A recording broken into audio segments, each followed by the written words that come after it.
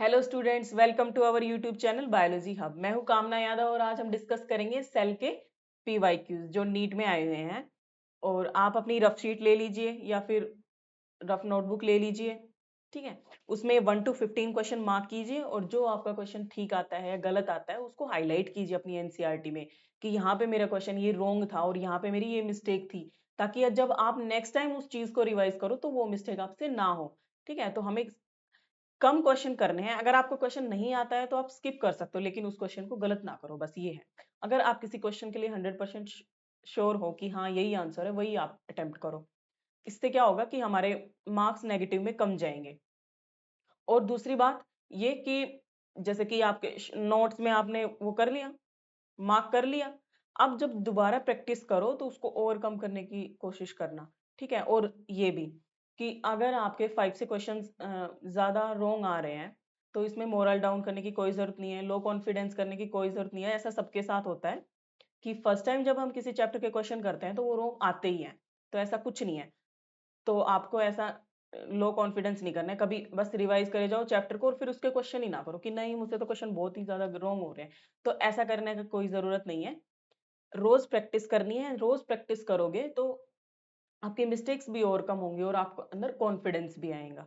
ठीक है, तो चलो, अगर मेरी वीडियोस आपकी नीट की प्रिपरेशन में हेल्पफुल है या मेरा कंटेंट आपको अच्छा लग रहा है तो प्लीज चैनल को लाइक करिए, शेयर करिए और सब्सक्राइब करिए।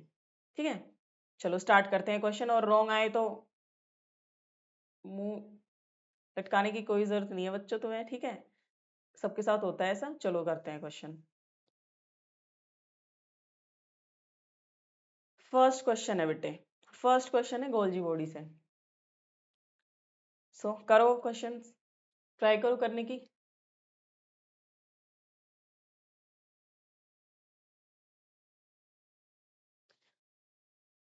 देखो बेटे, अगर किसी ने रिवाइज किया होगा चैप्टर उसको पता होगा, बहुत ही बेसिक क्वेश्चन है। देखो, ईआर जो है ना बेटे, ईआर तो क्या काम करता है? प्रोटीन की सिंथेसिस करता है। क्या करता है? प्रोटीन की सिंथेसिस करता है। ठीक है, प्रोटीन की सिंथेसिस करता है। और जो गोल्जी बॉडी है बेटे वो पैकेजिंग करती है, मतलब इसने जो प्रोटीन बनाया है ना बेटे, इसने जो प्रोटीन बनाया उसकी पैकेजिंग करती है ना, उसकी पैकेजिंग करती है। तो चलो क्वेश्चन करते हैं। और हाँ, जो इसने प्रोटीन बनाया है उसकी पैकेजिंग करेगी और उसके ऊपर टैग लगाएगी।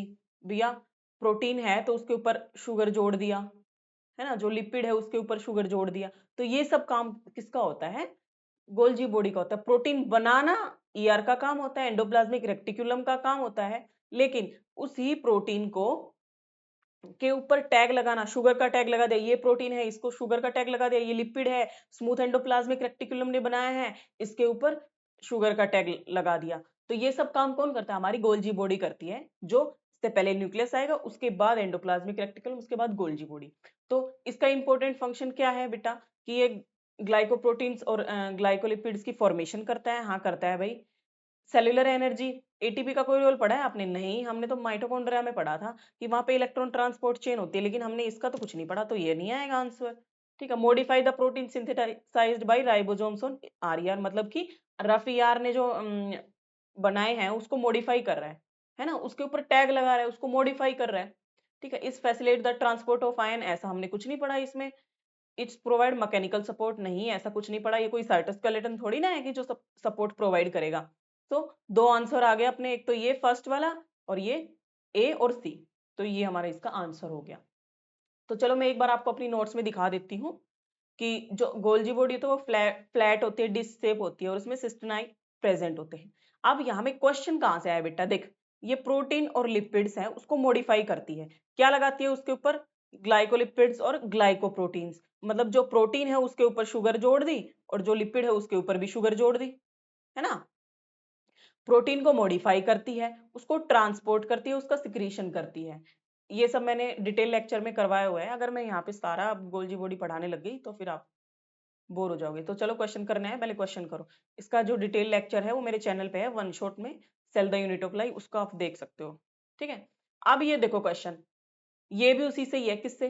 देखो, 2023 में क्या क्वेश्चन आया था? यही मॉडिफाई करके आ गया था, है ना। अब देखो ये आया हुआ है 2020 में, जो नीट में एग्जाम हुआ था सितंबर में, उसमें इसमें भी उसमें इसने क्या दे दिया कि भाई गोल्जी बॉडी के फंक्शंस बताओ कौन से। यहाँ पे इसने ये दे दिया फॉर्मेशन ऑफ ग्लाइकोप्रोटीन और ग्लाइकोलिपिड्स कौन करता है। मतलब नीट में क्वेश्चन बेटा रिपीट नहीं होते, वही क्वेश्चन रिफ्रेम हो जाएंगे। जो आंसर में दिया है वो क्वेश्चन में दे देंगे, जो क्वेश्चन में दिया है वो आंसर में दे देंगे।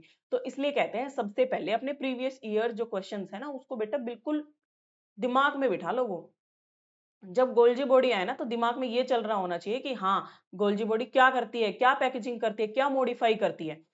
तो इसका आंसर क्या हो गया, अब गोल्जी बॉडी हो गया। इसमें तो टाइम देने की कोई जरूरत नहीं थी। चलो अब नेक्स्ट क्वेश्चन ट्राई करते हैं।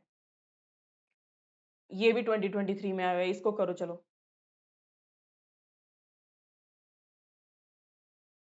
बैक्टीरिया से क्वेश्चन है बेटा, बैक्टीरिया में जो जो मीजोसोम्स प्रेजेंट होते हैं उससे क्वेश्चन है, उसको करो चलो।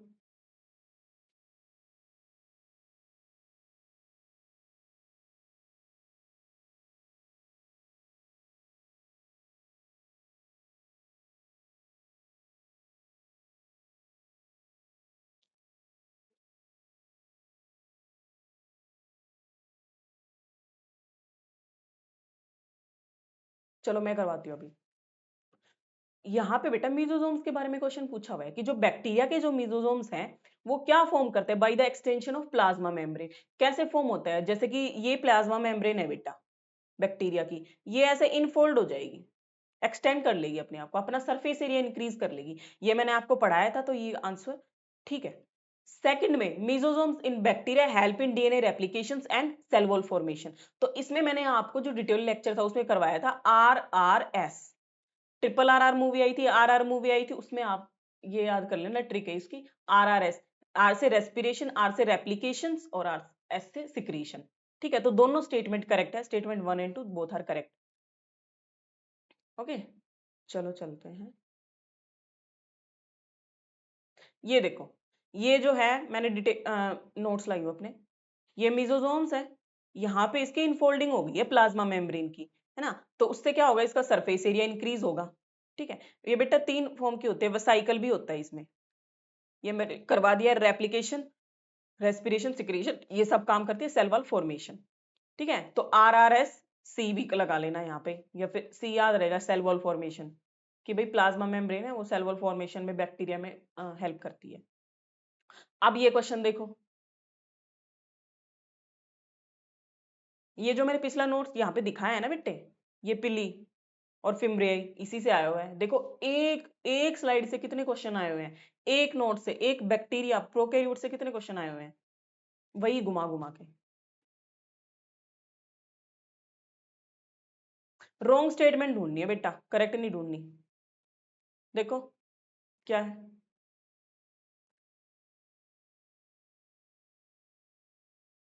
देखो ये तो सबको पता है कि बैक्टीरिया की जो सेल वॉल होती है वो पेप्टिडोग्लाइकेन से मिलकर बनी होती है, पता है सबको ये। ठीक है, और फंजाई की काइटिन से बनी होती है। पिली और fimbriae are mainly involved in motility of bacterial cells. भैया हमने तो फ्लैजिला का पढ़ा है मोटिलिटी। पिली तो सेक्स पिले इसमें हेल्प करती है ना, सेक्सुअल रिप्रोडक्शन में हेल्प करती है। फिम्ब्रियाई, अगर आपको पिछले वाला लेक्चर नहीं आपने देखा है और उसको आपको लर्न करना है, आपको रिवाइज किया है उसको आपने ढंग से, तभी आपके क्वेश्चन होंगे। साइनोबैक्टीरिया के पास फ्लैजिला नहीं होता, ये सबको पता है। Mycoplasma is well based micro organism, wall-less, wall-less micro organism, इसमें वोल नहीं होती, और सबसे छोटा होता है ये पीपीएलओ। तो देखो ये देखो मैंने करवाया हुआ है ये, पिली और फिम्ब्रियाई तो अटैचमेंट के लिए प्रोवाइड होती है सेल में, और फ्लैजिला मोटिलिटी के लिए। अब जो स्पर्म है वो उसके ऊपर एक फ्लैजिला प्रेजेंट होता है तो वो मोटिलिटी प्रोवाइड करता है। और सिलिया वैसे तो प्रोकैरियोट्स में एब्सेंट होते हैं, लेकिन सिलिया भी मूवमेंट करते हैं, मोटिलिटी प्रोवाइड नहीं करते। सीलिया मूवमेंट प्रोवाइड करते हैं, फ्लैजिला मोटिलिटी प्रोवाइड करते हैं क्या। सीलिया जो हेयर लाइक आउटर ग्रोथ होती है वो तो क्या मूवमेंट करेंगे, सेल का मूवमेंट करवाएंगे सराउंडिंग में। ठीक है, फ्लैजिला मोटिलिटी प्रोवाइड करेंगे। दोनों डिपेंड करता है कि सेल में है कि नहीं है। ठीक है, तो ये आप नोट से देख लेना। फिम्ब्रियाई किसके लिए होंगे, अटैचमेंट के लिए होंगे। चलो मैं यहाँ पे लिख देती हूँ कि पिलाई तो यार बेटे अटैचमेंट के लिए होती है, या सेक्स पिलाई होगी। ठीक है, और फिम्ब्रियाई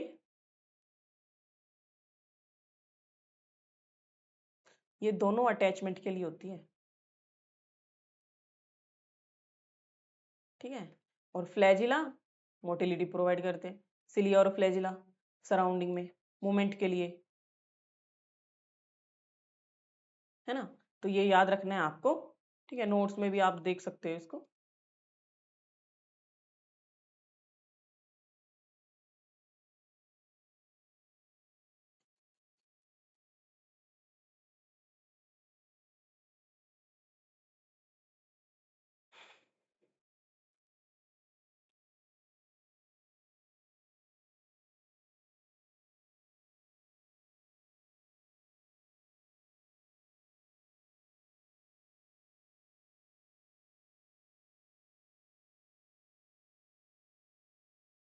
चलो बेटे ये क्वेश्चन करो, रॉन्ग स्टेटमेंट ढूंढनी है इसमें।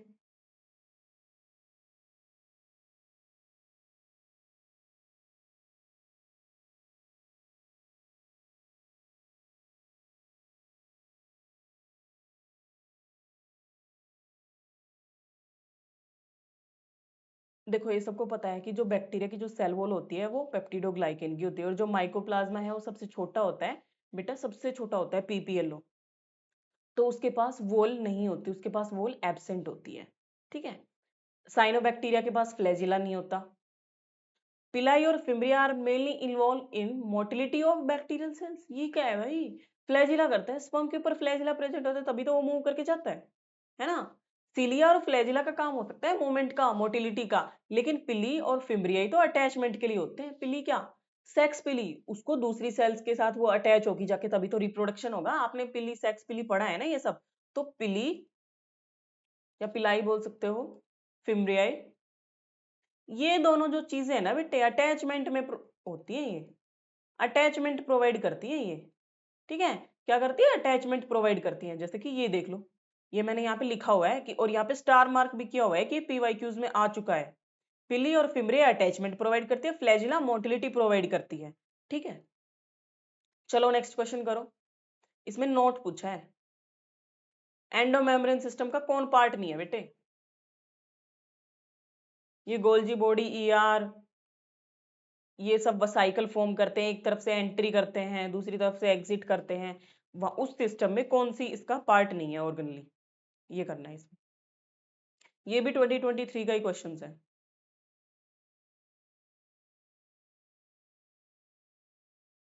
करें क्वेश्चन को, देखो ये न्यूक्लियस है, चलो डबल मेम्ब्रेन बना दिया। उसके बाद जो ईआर है, एंडोप्लाज्मिक रेक्टिकुलम, है ना, इसके ऊपर राइबोसोम्स प्रेजेंट है। उसके बाद गोल्जी बॉडी आती है, स्टैक्स में प्रेजेंट डिस्क शेप, है ना। तो यहाँ से ईआर है, ईआर से गोल्जी में जाता है ना, वसाइकल होता है बीच में यहाँ पे, और वसाइकल फिर लाइसोसोम्स हो गए, उनके पास जाता है। अगर कोई चीज डाइजेस्ट करनी है, किसी चीज के लिए डाइजेस्टिव एंजाइम चाहिए तो कहाँ पे जाएगी वसाइकल हमारी, लाइसोसोम्स में जाएगी। तो यहाँ पे क्या है, माइटोकॉन्ड्रिया पढ़ा था क्या तुमने, एंडोमेम्ब्रेन सिस्टम, इसके बीच में कोई माइटोकॉन्ड्रिया आया था कि यहाँ पे बीच में माइटोकॉन्ड्रिया भी ले रहा है उस वसाइकल को, नहीं ऐसा कुछ नहीं आया था ना। तो फिर माइटोकॉन्ड्रिया नहीं होगा, एंडोप्लाज्मिक रेक्टिकुलम आएगा, क्लोरोप्लास्ट भी नहीं आएगा, गोल्जी बॉडी आएगी, और पेरोक्सिसोम भी नहीं आएगा, ठीक है। तो कौन कौन सा आंसर नहीं है इसका, ए डी और ई, ए डी और ई, ए सी और ई, ये वाला, ये नोट पूछा है इसने, नोट पूछा है, ठीक है बेटे। चलो अब मैं आपको दिखा देती हूँ एंडोमेम्ब्रेन सिस्टम में ये है, ये देखो एंडोमेम्ब्रेन जो सिस्टम है वो सिंगल मेम्ब्रेन का बना हुआ होता है, ठीक है। उसमें ईआर, गोल्जी बॉडी, लाइसोसोम और वैक्यूल्स होते हैं। Which of the following is carried out by cytoskeleton in the cell, cytoskeleton से क्वेश्चन है बेटे। साइटोस्केलेटन क्या काम करता है, क्या साइटोस्केलेटन ट्रांसपोर्टेशन का काम करता है, प्रोटीन सिंथेसिस का काम करता है, मोटिलिटी का काम करता है, या न्यूक्लियर डिवीजन का काम करता है। नहीं, न्यूक्लियर डिवीजन और ये सब तो उसके काम है, किसके, माइक्रोट्यूब्यूल के।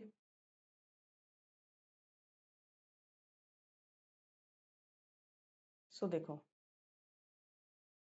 माइक्रोट्यूब्यूल है, साइटोस्केलेटन में माइक्रोफिलामेंट है, इंटरमीडिएट फिलामेंट है इसके अंदर। ये प्रोटीन से बना हुआ होता है, मैकेनिकल सपोर्ट प्रोवाइड करता है, मोटिलिटी प्रोवाइड करता है, सेल शेप प्रोवाइड करता है। क्या? मैकेनिकल सपोर्ट, मोटिलिटी और सेल शेप। तो यहाँ पे क्या क्वेश्चन आएगा इसमें? क्या ये प्रोटीन सिंथेसिस करता है? नहीं, ये तो ईआर का काम है। मोटिलिटी हाँ प्रोवाइड कर सकता है। ट्रांसपोर्टेशन किसका करता है? किसी का ट्रांसपोर्ट नहीं करता। न्यूक्लियर डिवीजन ऐसा कुछ नहीं है। माइक्रोट्यूब्यूल करता है हेल्प न्यूक्लियर डिवीजन में, है ना, जो क्रोमोसोम्स होते हैं उनको अलग करना, है ना, करियोकाइनेसिस होती है, तो उसमें माइक्रोट्यूब्यूल करता है। पूरे साइटोस्केलेटन के फिलामेंट नहीं करते बेटा, ये सब नहीं करते, सिर्फ और सिर्फ एक ये करता है माइक्रोट्यूब्यूल, और बाकी दोनों नहीं करते। इसलिए इसका आंसर ये नहीं आएगा। ये क्या, कौन सा आएगा? ये मोटिलिटी वाला आंसर आएगा इसका। ठीक है,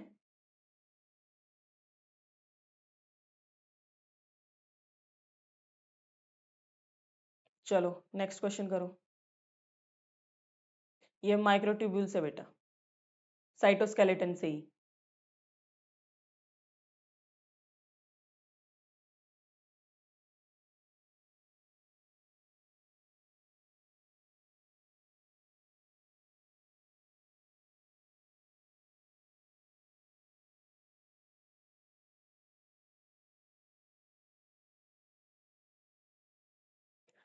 देखो बेटे,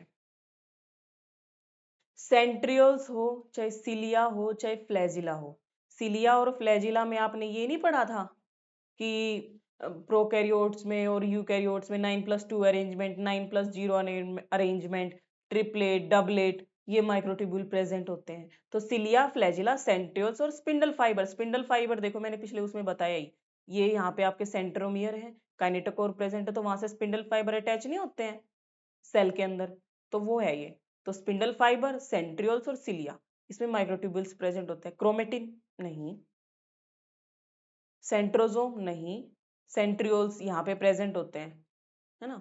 सिलिया और फ्लैजिला एंड प्रेक्सिजोम्स नहीं, प्रेक्सिजोम्स नहीं आएगा, प्रोक्सिजोम्स नहीं आएगा बेटे। चलो नेक्स्ट क्वेश्चन करो। ये है माइटोकॉन्ड्रिया में, और इसमें पूछा है इनकरेक्ट कौन सा है बेटा। करो क्वेश्चन।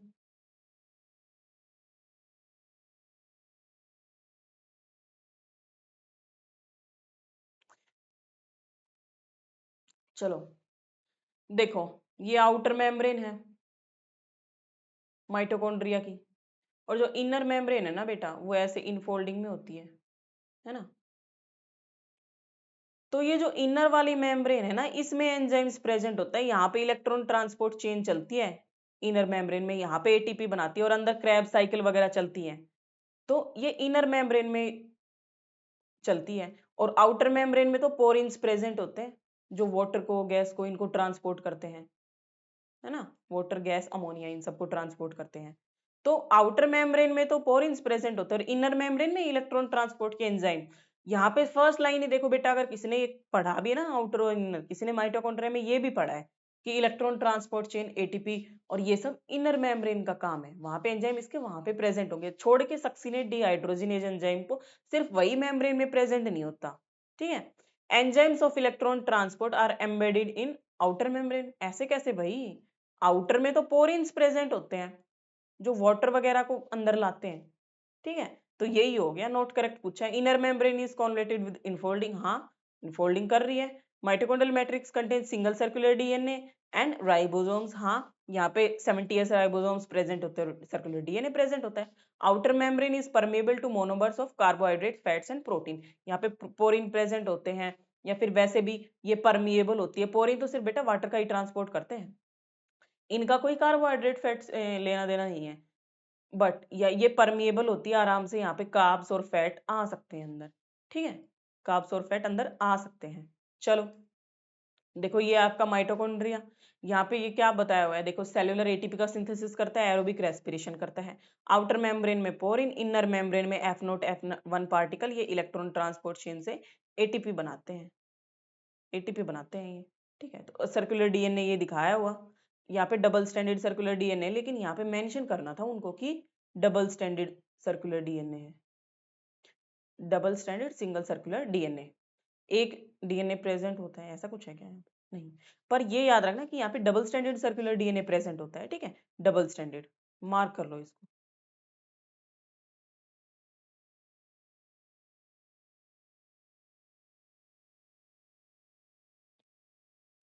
अब आते हैं लाइसोसोम्स के ऊपर,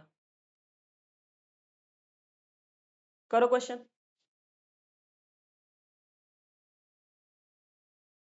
जिसको ये भी पता होगा ना लाइसोसोम सुसाइडल बैग्स होते हैं, एसिडिक पीएच होती है, वो भी इस क्वेश्चन को थोड़ा सा दिमाग लगा के कर सकता है। बस थोड़ा गूगल ही फेंका हुआ, थोड़ा सा घुमा के दिया हुआ है बस।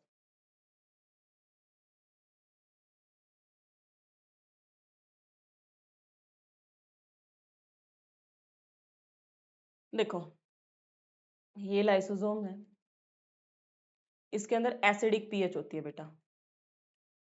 मैंने आपको ये नहीं बताया था प्राइमरी लाइसोसोम्स और सेकेंडरी लाइसोसोम्स, है ना? प्राइमरी लाइसोसोम और सेकेंडरी लाइसोसोम करवाया था ना। तो प्राइमरी के अंदर तो क्या होता है, इनएक्टिव एंजाइम होते हैं, इनएक्टिव एंजाइम होते हैं, ठीक है। सेकेंडरी लाइसोसोम के अंदर एसिडिक पीएच होती है, 4 हो गई, 3 हो गई, 5 हो गई, ठीक है। वैसे तो 4 ही होती है, बट यहाँ पे एक्टिव हो जाते हैं एंजाइम, किसकी वजह से? एसिडिक पीएच की वजह से। क्यों? क्योंकि उसके पास H+ ज्यादा होते हैं। तो चलो क्वेश्चन करते हैं। Lysosome enzyme will be more active, जब वो एल्कलाइन में रख देंगे, उसको बेस के अंदर रख दिया। मोर एक्टिव नहीं, वो तो एक्टिव एसिड पीएच में होते हैं। Hydrolytic enzyme will function more efficiently, no. Alkaline में कैसे एफिशिएंटली वर्क करेंगे वो? Hydrolytic enzymes will become inactive, yes, ये होता है। Lysosome enzyme will be released into the cytoplasm, जब उससे हो ही नहीं रहा काम वो तो कर देगा। Hydrolytic enzymes will becomes inactive, हाँ। एल्कलाइन पीएच से सबसे ज्यादा इफेक्ट क्या पड़ेगा कि वो एफिशिएंटली काम नहीं कर पाएंगे। चलो, which of the following statement with respect to endoplasmic reticulum is incorrect?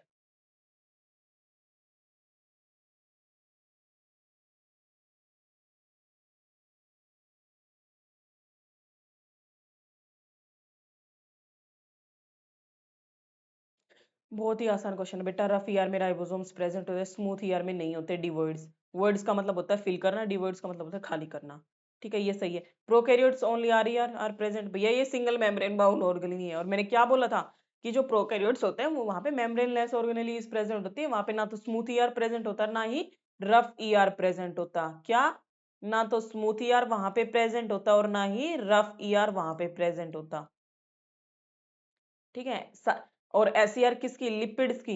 Lipid से रिलेटेड हॉर्मोन्स, एस्ट्रोजन, प्रोजेस्टेरोन, इन सब का सिंथेसिस करती है, यानी कि लिपिड, लिपिड से बनी जितनी भी चीजें हैं वो चीज कौन बनाएगी? चाहे हार्मोन हो चाहे कुछ भी हो, वो एससीआर बनाएगी।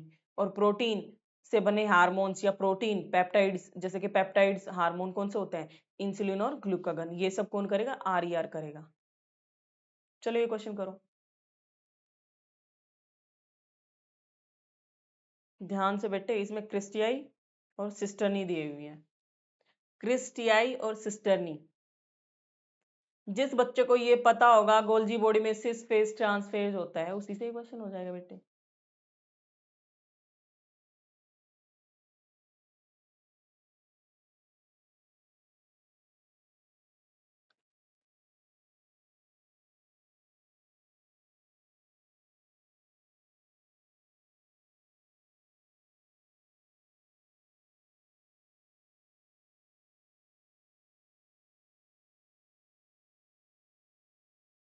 गोल्जी बॉडी का जो फेज न्यूक्लियस की साइड होता है उसको सिस कहते हैं, अपोजिट साइड ट्रांस होता है।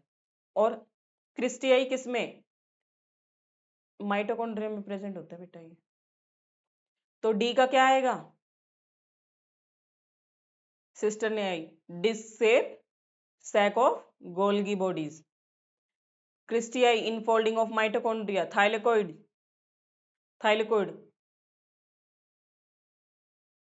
स्ट्रोमा में प्रेजेंट होता है। Flattened membrane sacs in the stroma of plastids. Centromere, जब क्रोमोसोम बनता है बेटे तो उसके बीच में प्रेजेंट नहीं होते सेंट्रोमियर्स, जैसे काइनेटोकोर और माइक्रोट्यूब्यूल्स अटैच होते हैं। हो गया ये क्वेश्चन? चलो नेक्स्ट।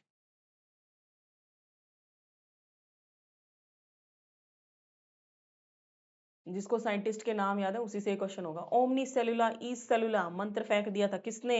रिडोल्फ विर्को ने, कि जो भी हमारी सेल्स हैं वो कहाँ से बनी है? प्री एग्जिस्टिंग सेल से बनी है। मतलब जो हमारी नई सेल्स हैं वो किससे मिलके बनी होती है, प्राइम जो पुरानी वाली हमारी सेल्स होती हैं उनसे मिलके बनी होती है। तो ये ओमनी सेलुला ई सेलुला किसने दिया था, रिडोल्फ विर्को ने। ये रहा, मैंने बताया था ओमनी सेलुला ई सेलुला ने क्या एक्सप्लेन किया था, all cell form from pre existing cells. Plasma membrane का क्वेश्चन,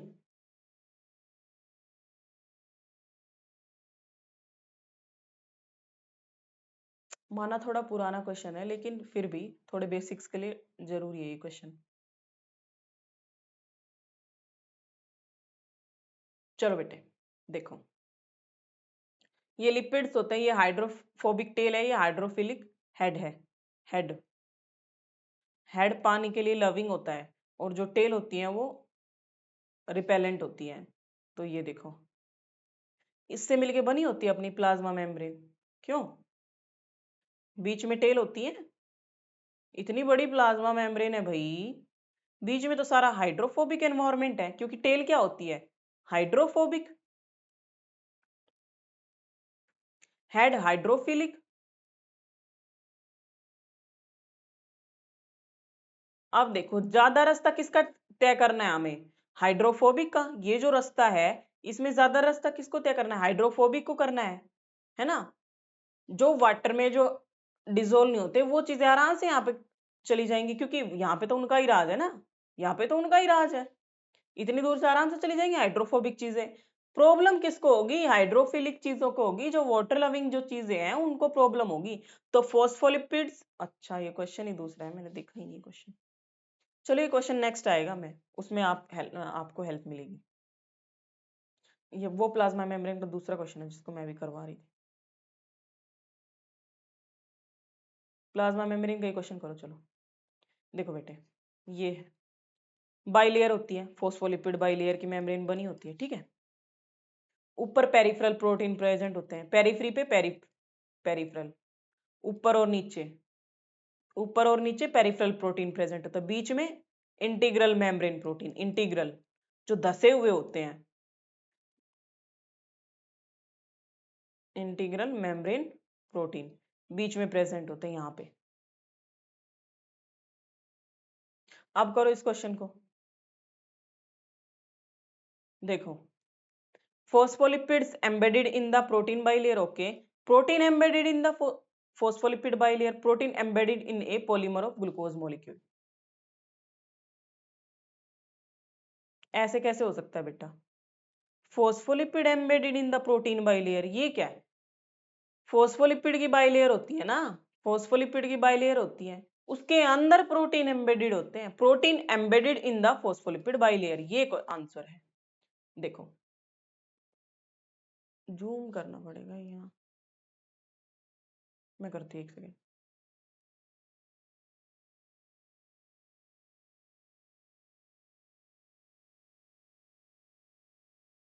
अबे चलो देखो, यहाँ पे क्या है, जो पेरिफेरल प्रोटीन है वो ऊपर प्रेजेंट है, जो ट्रांसमेम्ब्रेन प्रोटीन है वो अंदर प्रेजेंट है ना। तो यही पूछा है, इसने उल्टा गूगल ही फेंक दिया कि प्रोटीन एम्बेडेड, प्रोटीन के मेम्ब्रेन में लिपिड एम्बेडेड होते हैं, नहीं लिपिड्स का राज है, इसीलिए तो फॉस्फोलिपिड बाइलेयर बोलते हैं, इसलिए उसके अंदर प्रोटीन धसे हुए होते हैं।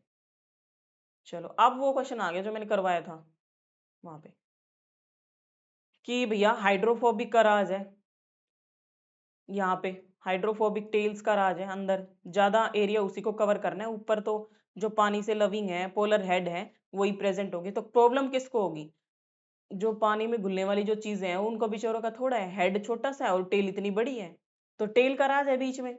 क्यों, टेल का राज ही है, देखो ये देखो, है ना। तो यहाँ से बेचारे जो पानी में घुलते हैं वो मॉलिक्यूल्स जा ही नहीं पाएंगे। तो हो गया बस आपका क्वेश्चन। देखो सब्सटेंस सोल्युबल इन लिपिड्स आराम से चले जाएंगे क्योंकि है ही लिपिड्स, पूरी जो प्लाज्मा मेम्ब्रेन है उसे है ही लिपिड, बस बेचारे हेड तो यहाँ पे प्रेजेंट है जो पोलर हेड है। सब्सटेंस विद हाइड्रोफोबिक मोइटी आराम से चले जाएंगे, लिपिड्स क्या है, हाइड्रोफोबिक ही तो होते हैं। सब्सटेंस विद हाइड्रोफोबिक मोइटी ये भी आराम से चले जाएंगे, सब्सटेंस विद हाइड्रोफिलिक मोइटी ये नहीं जाएंगे, तो इसका आंसर ये हो गया। ठीक है, किसको प्रॉब्लम होगी, प्रॉब्लम किसको होगी बेटा? जो पानी में घुल सकते हैं, जो वाटर सोल्यूबल हैं, वो जा नहीं पाएंगे आराम से। क्वेश्चन में यही तो पूछा है। किसने डिफिकल्टी फेस की भैया? नीट को क्रैक करने में किसने डिफिकल्टी फेस की? जो रात रात भर जागा है, ठीक है, जिसने सब आराम से प्रैक्टिस करी है, सब क्वेश्चंस की प्रैक्टिस करी है, सब चैप्टर्स की प्रैक्टिस की है उसकी। अरे इसका आंसर तो यहीं पे दे दिया। चलो,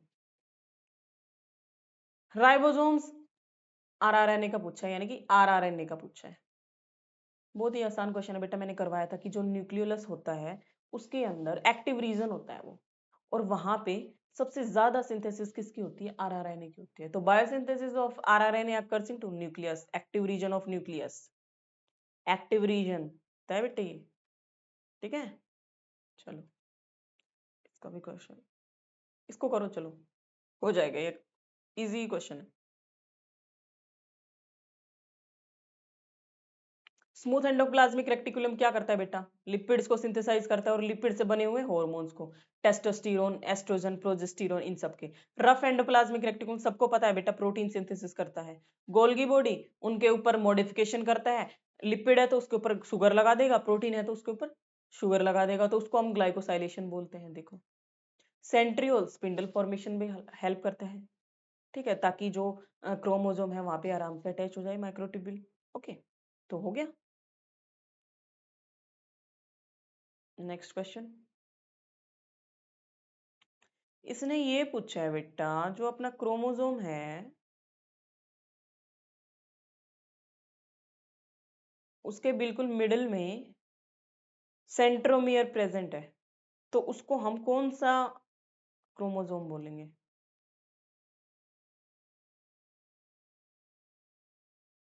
बिल्कुल मिडिल में, दोनों इक्वल आर्म्स हैं। यहाँ पे मैंने कैसा डायग्राम बना दिया, देखो,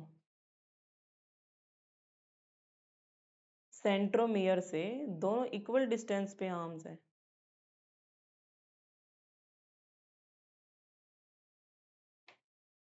मिडिल में प्रेजेंट है, यानी कि बिल्कुल बीच में two equal arms, two equal arms.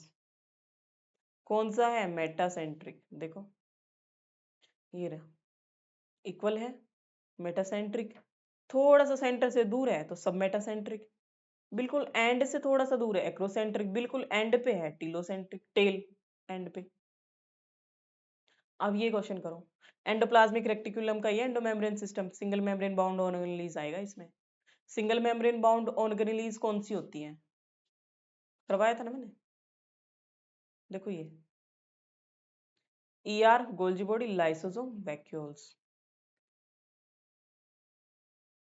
ER mitochondria नहीं, राइबोसोम्स हाँ, लाइसोसोम्स हाँ, एंडोप्लाज्मिक रेक्टिकुलम गोल्जी बॉडी हाँ, लाइसोसोम्स हाँ, वैक्यूल्स हाँ। तो ये हो गया हमारा आंसर। माइटोकॉन्ड्रिया नहीं आएगा, माइटोकॉन्ड्रिया नहीं। किसी को ये भी पता होगा कि mitochondria double membrane bound organelles है, और एंडोमेम्ब्रेन सिस्टम में हमारे सिंगल मेम्ब्रेन बाउंड ऑर्गेनेलिज है। माइटोकॉन्ड्रियल क्लोरोप्लास्ट नहीं आएंगे क्योंकि डबल मेम्ब्रेन बाउंड ऑर्गेनेलिज है। और यहाँ पे जो प्रोटीन है वो साइकिल से नहीं जाता बेटा, टारगेट से जाता है, उसके ऊपर सीधा सिग्नल होता है। ये क्वेश्चन करो, चलो, इजी क्वेश्चन है बेटा, दोबारा देखो। ये क्वेश्चन था, सॉरी, इससे पहले को क्वेश्चन आया था ना, देखो 2020 में ऐसा क्वेश्चन आया था, सेम 2019 में देखो नीट उड़ीसा में यही क्वेश्चन आया था। गोल्जी बॉडी किसके लिए होती है? प्रोटीन के लिए होती है? नहीं, R E R, no no no no, lipids का सिंथेसिस करती है और पैकेजिंग करती है, और ये मॉडिफाई करती है प्रोटीन को, ये काम करती है Golgi body. Formation of glycoproteins and glycolipid modification का काम करती है।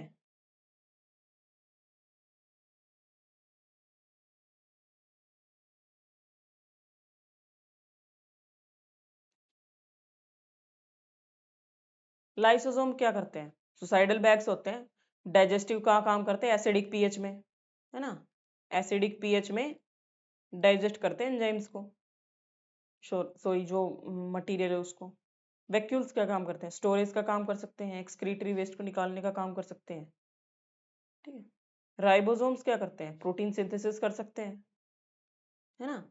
देखो ये स्मॉल सब यूनिट, ये राइबोसोम्स की लार्ज सब यूनिट, ये बीच में हो गया आपका mRNA, है ना। यहाँ से अमाइनो एसिड्स आ रहे हैं, पेप्टाइड बॉन्ड जुड़ रहा है और फिर प्रोटीन बना के भेज देगा ये यहाँ से, है ना। तो इस चीज को हम ट्रांसलेशन बोलते हैं बेटा, ये मॉलिक्यूलर बायोलॉजी में पढ़ोगे। चलो क्वेश्चन करो next. Which of the following pair organic does not contain DNA? जिसके पास डीएनए नहीं होता। दो ही बेटा ऐसी ऑर्गेनेल ही है, माइटोकॉन्ड्रिया और क्लोरोप्लास्ट, जिसके पास डीएनए होता है।